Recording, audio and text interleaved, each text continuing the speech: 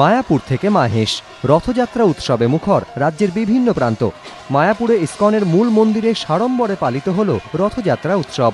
ইসকনের রাজাপুর জগন্নাথ দেবের মন্দির থেকে শুরু হয় রথযাত্রা।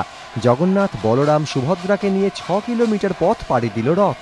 তা গিয়ে পৌঁছল ইসকনের মূল মন্দিরে। রথযাত্রায় অংশ নেন অসংখ্য মানুষ। অনুষ্ঠানের উদ্বোধন করেন পঞ্চায়েত মন্ত্রী সুব্রত মুখোপাধ্যায়। উপস্থিত ছিলেন বিশিষ্টজনেরাও। অন্যদিকে মাহেশের রথযাত্রা পা দিল 616 বছরে। শোনা যায় এখানে ব্যবহৃত কাঠের রথটির বয়স প্রায় 125 বছর। 12 চাকা বিশিষ্ট এই রথের উচ্চতা 50 ফুট। গ্র্যান্ড ট্র্যাঙ্ক রোডের ওপর দিয়ে প্রায় 1 কিলোমিটার পথ পাড়ি দেয় মাহেশের রথ। রথের সঙ্গে বাঁধা কুশের তৈরি লম্বা রশিতে টান দেন কয়েক হাজার ভক্ত।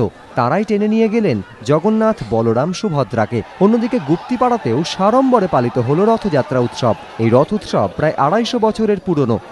রাজা বল্লাল সেনের সময়ে সূচনা হয় এই অনুষ্ঠানের। সেই ঐতিহ্য আজও অব্যাহত। সৌরভ বন্দ্যোপাধ্যায় ও প্রদ্যুৎ সরকার, এবিপি আনন্দ।